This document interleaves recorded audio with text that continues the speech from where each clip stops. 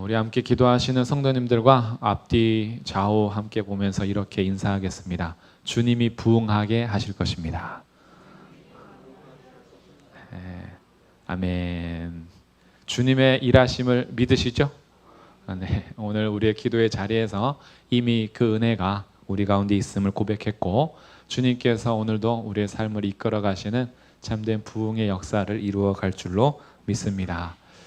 그렇게 이제 우리가 같이 고백하다 보니까 부흥이라는 것이 무엇인지 조금 명확히 알 필요가 있겠죠. 부흥이 무엇인지 알아야 부흥을 우리가 같이 구할 수 있고 또 부흥하게 하실 것에 대한 신뢰를 갖게 될 것입니다. 우리 부흥이라 하면은 뭐 부흥회 이런 거 많이 들었으니까 부흥회의 부흥하고 여기에 말하는 부흥하고 같은 말일지 아니면 좀 다른 말일지 그런 것도 알 필요가 있겠고, 부흥을 위해서 기도합시다 라고 할 때 그럼 우리가 부흥을 위한 기도는 어떤 내용인가 라는 것을 좀 명확히 알아야 기도할 때에도 같은 마음으로 같은 내용으로 기도할 수 있을 것입니다. 그럼 이제 부흥이라는 것은요, 말 그대로 하면 어찌 보면은 뭐 우리가 숫자적으로 늘어났을 때 부흥이라는 말을 쓰기도 하잖아요.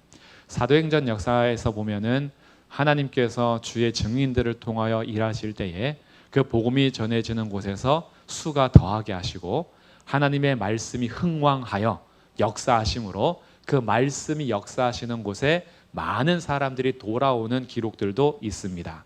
그것도 어찌 보면은 말씀을 통하여서 영혼들이 돌아오는 그런 부흥으로도 볼 수 있을 것인데, 하박국에서 말하는 부흥이 그 부흥하고는 같은 내용일까 아니면 다른 내용일까라는 것을 살펴봐야 할 것입니다. 그리고 오늘 제가 결론부터 말씀드리면 하박국에서 말하는 부흥은 어떤 숫자적인 배가를 말하는 것이 아니에요. 이렇게 뭔가 숫자가 늘어나는 것, 그런 것을 말하지는 않습니다. 물론 저는 바랍니다. 우리 교회가 복음을 전하고 이 땅의 교회들이 복음을 전하면서 많은 사람들이 주께 돌아오는 것을 소망하고 바랍니다. 그러니까 숫자가 늘어나는 것이 죄악은 아니고 나쁜 게 아니에요. 그러니까 숫자적인 부흥을 위해서 구하는 걸 굉장히 세속적으로 보거나 아니면 그것을 뭔가 이렇게 잘못된 기도하는 것처럼 보시면 안 될 거예요. 주님의 말씀을 듣고 복음을 듣고 돌아오는 숫자가 많아지는 것은 우리의 소망이죠.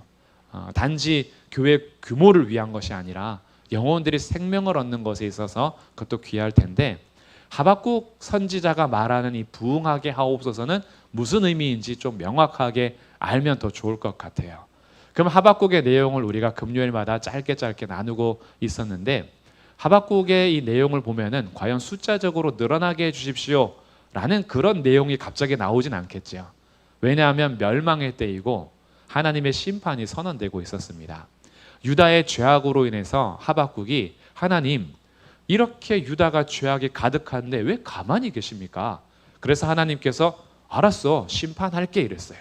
바벨론 들어서 내가 심판할게. 그러니까 더 멘붕이 와가지고 하나님 그건 좀 아니지 않습니까? 더 악한 민족을 들어서 하나님의 백성을 치는 것은 이거 옳습니까? 라고 물어봤어요. 거기에 대해서 하나님께서 답변을 해주셨죠. 그 답변의 내용들이 길게는 바벨론도 내가 심판할게 이거였어요. 화 있을 진저라는 것을 통해서 바벨론도 내가 징계할 거야, 심판할 거야, 이 내용을 말씀하셨고, 핵심절로는 뭘 말씀하셨냐면 오직 의인은 무엇으로 살아요? 믿음으로 살리라. 이게 하박국 2장 4절 말씀이에요.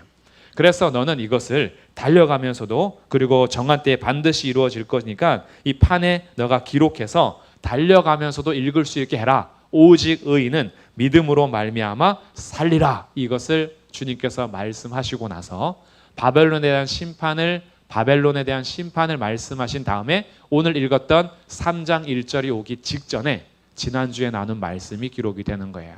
그것은 무엇이냐 하면 2장 20절, 오직 여호와는 그 성전에 계시니 온 땅은 그 앞에서 잠잠할지니라.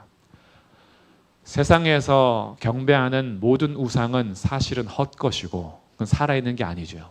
사람이 돌 가지고 만들어두고 금으로 만들어두고 나무로 깎아 만든들 사람이 만들어 둔 거지 그것은 살아서 숨쉬는 것이 아니잖아요. 그런데 하나님은 살아계시다 보니까 살아계신 하나님의 성전, 그 성전에 계신 하나님 앞에 온 땅은 잠잠하라 라고 주님께서 말씀하시죠. 그 말씀을 듣고 나서 시기온옷에 맞춘 선지자 하박국의 기도라 이렇게 시작하는 것이 3장인 거예요. 시기온옷이라는 것은요, 어떤 그 박자일 겁니다. 박자 같은 거, 노래에 대한 박자. 마지막 절에 보면 이렇게 끝나요.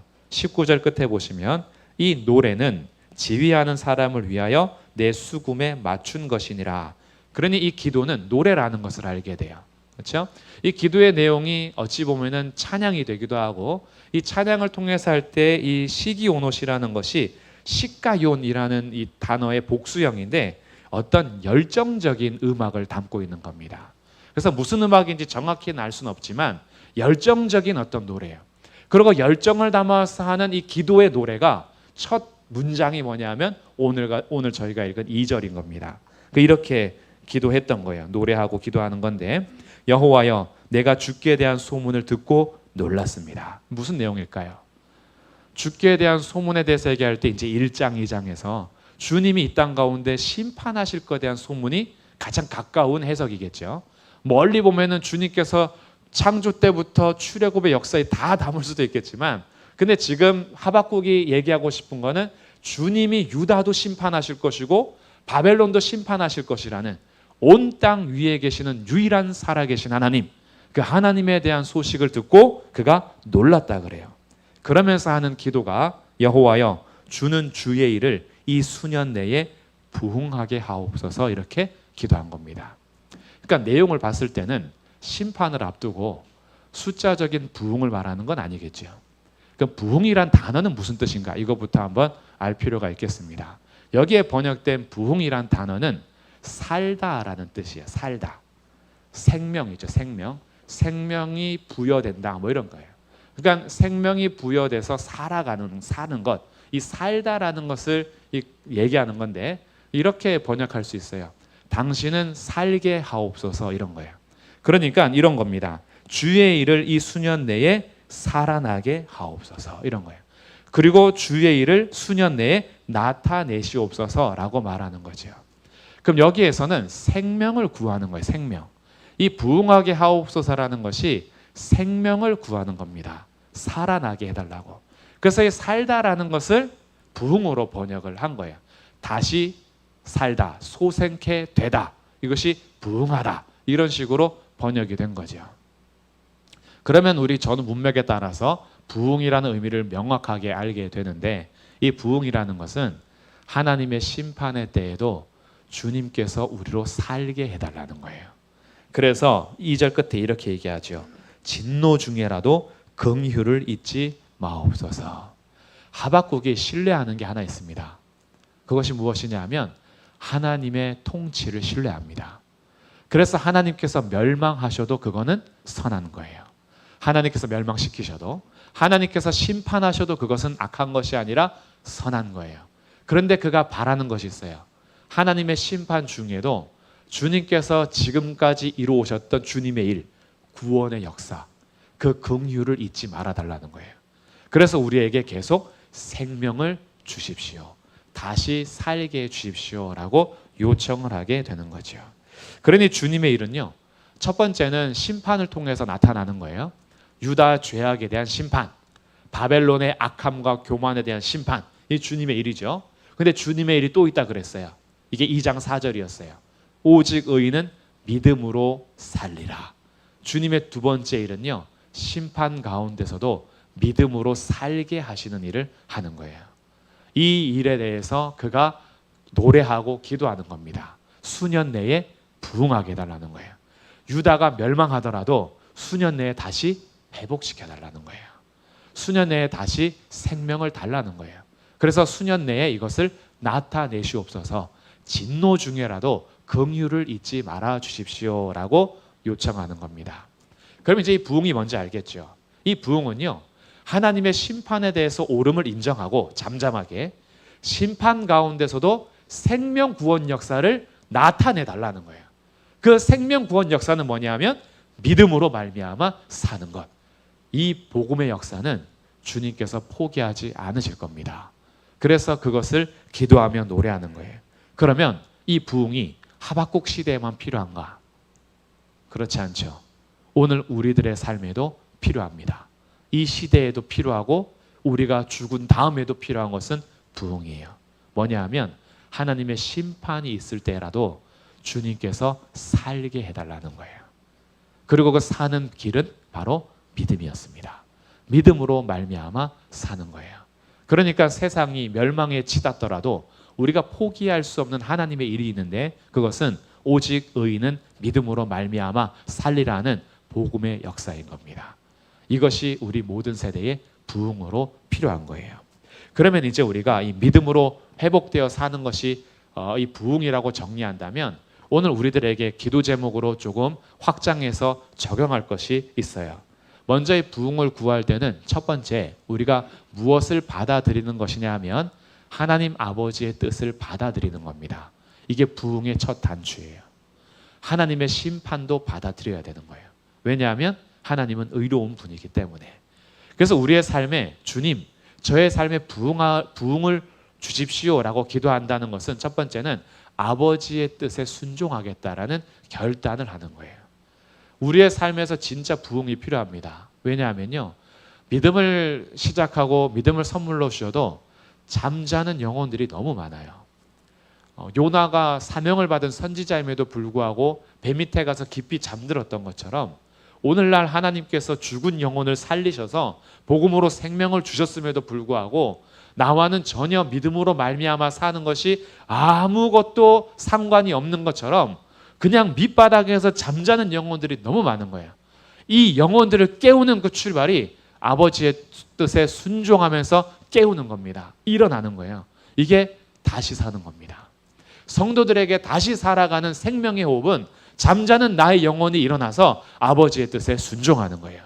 세상에서 말하는 뜻들은 우리가 쉽게 순종하면서 아버지의 뜻이 우리에게 전해질 때는 당연히 순종하지 않아도 될 것처럼 여기는 그런 마음이 잠자는 영혼이에요.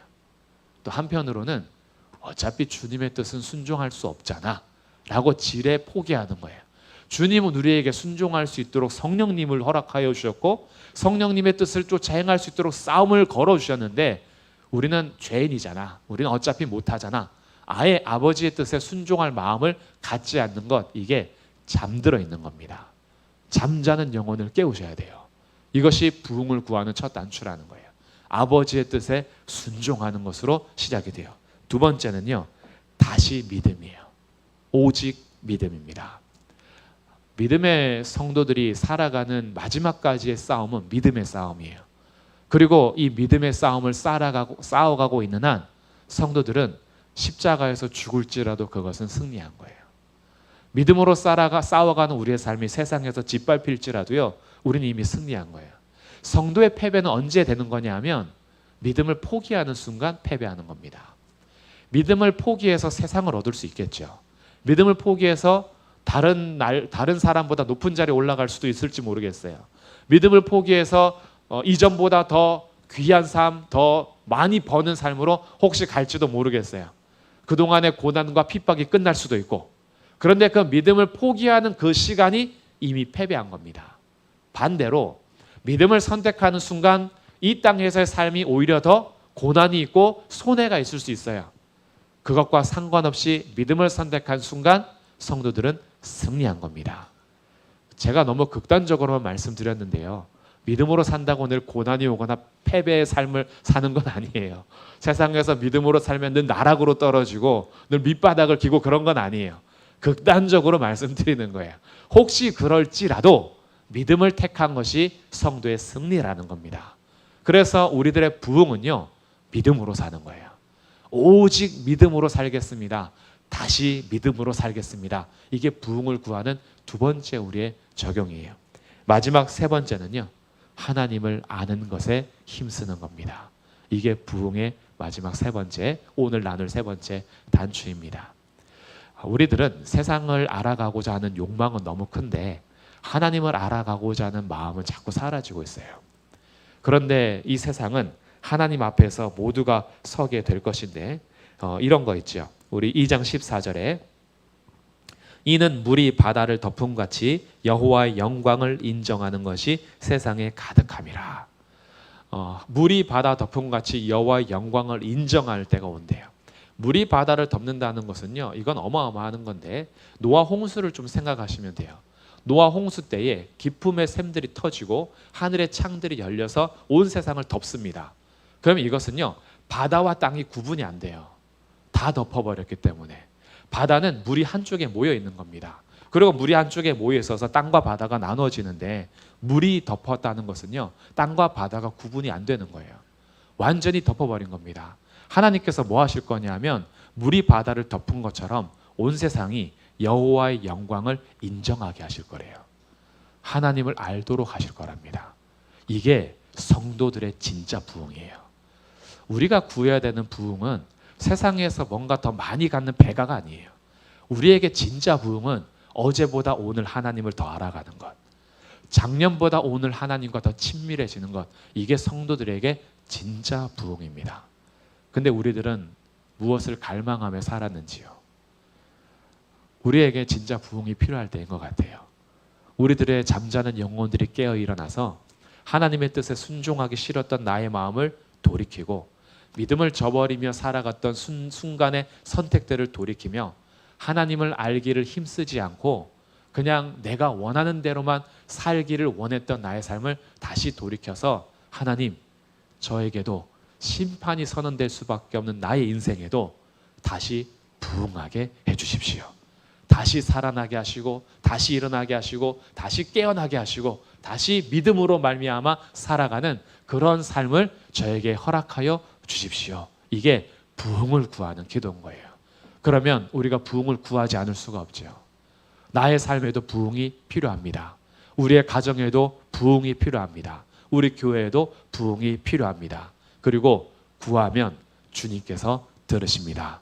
하나님께서 부흥하게 하시는 삶이요, 가정이요, 교회가 되시기를 주님의 이름으로 축복합니다.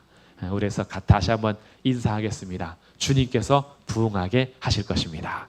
주님께서 부흥하게 하실 것입니다. 아멘.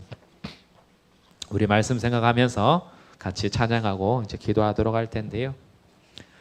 정말 우리 주의 나라가 임할 때 할 건데, 우리에게 정말 필요한 기도입니다. 단지 우리 교회가 뭐 빈자리를 채워가는 그런 것에서의 어떤 부흥이 아니고, 우리의 진짜 부흥의 출발은 뭐냐면 잠자는 내 영혼이 깨어나는 거예요. 잠자는 우리 성도들의 영혼이 깨어나는 겁니다.